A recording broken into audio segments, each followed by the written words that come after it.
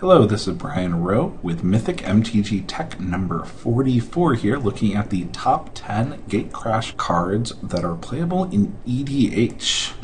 As you know, the Shocklands are definitely there, and if they were new, they'd be on this list, but I'm going to be focusing on brand new cards. And to remind you of my criteria here, everything's got to be under $20, which is part of the reason why I've waited a little while after the release, because pretty much everything has dropped below 20, although Boros Reckoner is still over 20. I'm sure he'll start to drop back down once people figure out that Abrupt Decay kills him.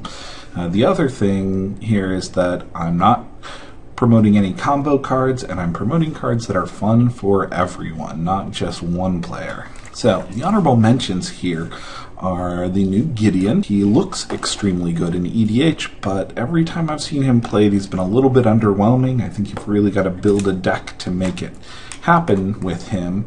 He works great against tokens and really bad against some of the control decks. Boros Reckoner is here, who's probably the best card for standard play. He's a little bit underwhelming in EDH, but he does encourage people to attack somebody else and have some cute little combos. Things like Blasphemous Act work really well with him to clear the board and do some damage to an individual. Duskmantle Guild Mage is one that a friend of mine, Max, pointed out. This is a great defense against board wipes. The activated ability here really discourages somebody from wiping the board, and the milling effect works really well with some of the other cards that came out in Gatecrash. At the number 10 spot here, I've got one that I haven't seen anybody else mention yet. It's Assemble the Legion. It looks a little bit high casting cost at 5, but it's really a Bitter Blossom with haste that cumulatively gets larger over time. Playing this in a deck with tokens and with board wipes is really, really nice. The longer that it stays out, the better it is. I like this card a lot. In the number 9 spot, I've got Domri. Domri has been a little bit underwhelming for me in Standard, but with a Sensei's Divining Top, a Miri's Guile, or a Sylvan Library, all of which are in my Gruul deck, this guy rocks. Now, I was really hoping this guy would be a new commander for me when I heard about him before I realized he was a Planeswalker. Kind of hoping that he would be a 3/2 with haste and cascade also. At a 3 casting cost, this guy is exactly what a red-green deck needs, a way to draw more cards and make their creatures better in EDH. In the number 8 spot here, I've got Hellkite Tyrant. He's great in a dragon deck, he's really nice in a build-around-red artifact deck, and he fits in extremely well with Godo, who's heavily artifacts already. I like the mechanic here, and the alternate wing condition is even really nice. Well done for a decent mythic dragon that you can throw into EDH decks. Number 7 here, I really undervalued this card until it's been played against me 3 times now in Standard and once in EDH. He basically gives all of your swamps an extra mana and Extort. Extort is an incredible EDH ability. When you're playing a 4 or 5 player game, this is a lot of life, and now you've got the mana to power it. Crypt Ghast is great. The number 6 spot here, I've got Prime Speaker Zegana, and this is what I really want to see in an EDH commander, something that has an amazing impact in drawing you a bunch of cards, and it has a build-around theme. So you've got merfolk and you've got wizards. Wonderful job here, a lot of flavor. I'm working on a Prime Speaker Zegana deck, and I've seen several other people do strong decks with Boros Charm. Now, I know this is kind of a standard mainstay for other people. In EDH, this card is amazing. Whether you're playing it with your own board wipes or using it in response to your opponents, the permanents you control are indestructible this turn is just phenomenal. So the target creature gains double strike till end of turn, can knock players out, especially with commander damage. I've got this in an Aurelia deck, so I've got double attack phases. You can do a lot of damage by putting a sword on Aurelia, having 2 attack phases, and double strike. This card's amazing in EDH, wonderful card. The foil of this is going to shoot up in price over time because it just looks beautiful also. The number 5 spot here, I've got Lazav, I'm sure I'm killing his name, Dimir Mastermind. This is another really nice build-around commander.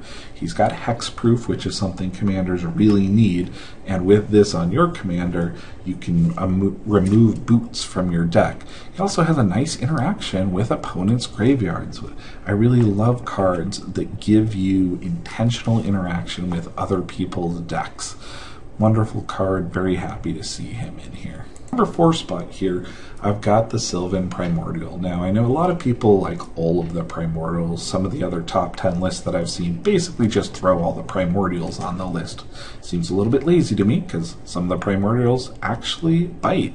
They're 7 casting cost. You better get an incredible ability out of 7 casting cost.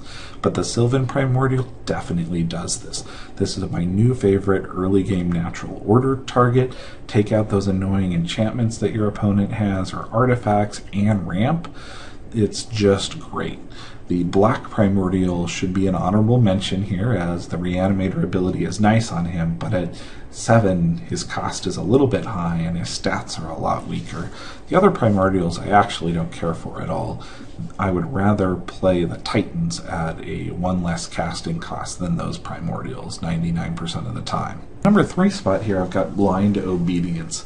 This card is subtle and it is extremely powerful. It stops a lot of combo decks, which I love. It has a nice incremental way to get you additional damage. It slows your opponent down a little bit, may make you a bit of a target, but it's well worth it to stop some of the ridiculous, hasty combos that are out there. I love this card. It's beautiful artwork also in foil. It will be a nice staple in EDH for years to come. 2 spot here, I've got Aurelia's Fury. This card is incredible in EDH. I thought it was going to make a big splash in Standard, but Standard's a little too fast for it right now. It is wonderful in EDH for 2 reasons. Number 1, it's instant speed, so you can wait till your opponent's turn, wait for them to attack, really swing attacks, especially if you've got some first strikers sitting around. The second thing, though, is the ability to stop your opponents from comboing off. This is one of the few ways that red and white have to stop combos, outside of maybe an Abance. And it's easily searchable with Sunforger, which should really be in red-white decks. Sunforger lets you go get any instant card with a converted mana cost of 4 or less, and this is a perfect target. I was also playing a Firemind's Foresight the other day in a deck, and I just really wanted an Aurelia's Fury to take out a bunch of my opponent's tokens, and there wasn't one in the deck. This is a perfect target for anything that lets you search for those lower casting cost things there. This card is going to see a lot of play over time in EDH. Finally, I've got Thespian Stage here. Beautiful EDH card. I've seen at least 20 different decks that have had this card in it. Its power is incredible. Number 1, you can copy any legendary land and kill it. Stop your opponent from playing those ridiculous lands. It's like a Vesuva, but it comes into play untapped, and it gets to change again and again. It's a little slow for Standard or Legacy, but it's beautiful in EDH. I love copying my opponent's bounce lands because it basically ramps me right away.